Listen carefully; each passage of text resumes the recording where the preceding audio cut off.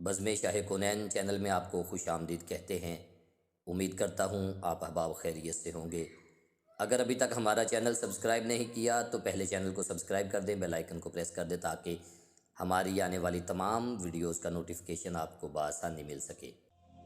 شیخ Saadi رحمۃ اللہ علیہ سے کسی نے پوچھا حال کیسا ہے؟ فرمایا اللہ کی نعمتیں کھا کھا کر دانت ٹوٹ گئے، مگر زبان اس کی ناشکری سے باز نہیں آتی۔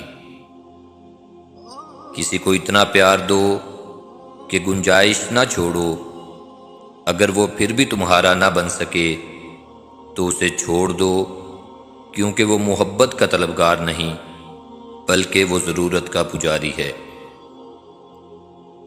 میرے پاس وقت نہیں ان لوگوں سے نفرت کرنے کا جو مجھ سے نفرت کرتے ہیں، کیونکہ میں مصروف رہتا ہوں ان لوگوں میں جو مجھ سے محبت کرتے ہیں۔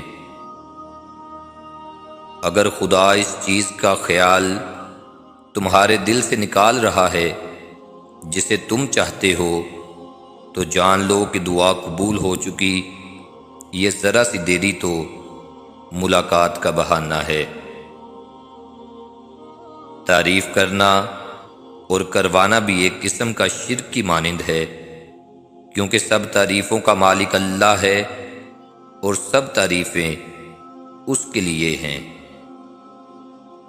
جب مجھے پتہ چلا کہ محل کے بستر اور خالی زمین پر سونے والوں کے خواب ایک جیسے اور قبر بھی ایک جیسی ہوتی ہے تو مجھے اللہ کے انصاف پر یقین آ گیا۔ اچھی عادات کی مالکہ، نیک اور پاک دامن عورت اگر فقیر کے گھر میں بھی ہو تو اسے بادشاہ بنا دیتی ہے۔ عقل مند اور بیوقوفوں میں کچھ نہ کچھ عیب ضرور ہوتا ہے۔ عقل مند اپنے عیب خود دیکھ لیتا ہے اور بیوقوفوں کا عیب دنیا دیکھتی ہے۔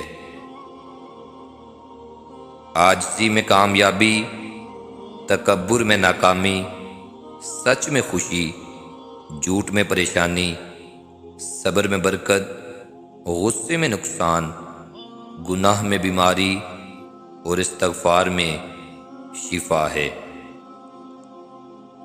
جنت کا تصور دنیا کو خوبصورت بنانے کے لیے ہے، لیکن اگر جنت کو پانے کے لیے دنیا کو بگاڑنا پڑے تو دنیا کو مت بگاڑو، بلکہ جنت کے اس بگڑے ہوئے تصور کو سنوارو۔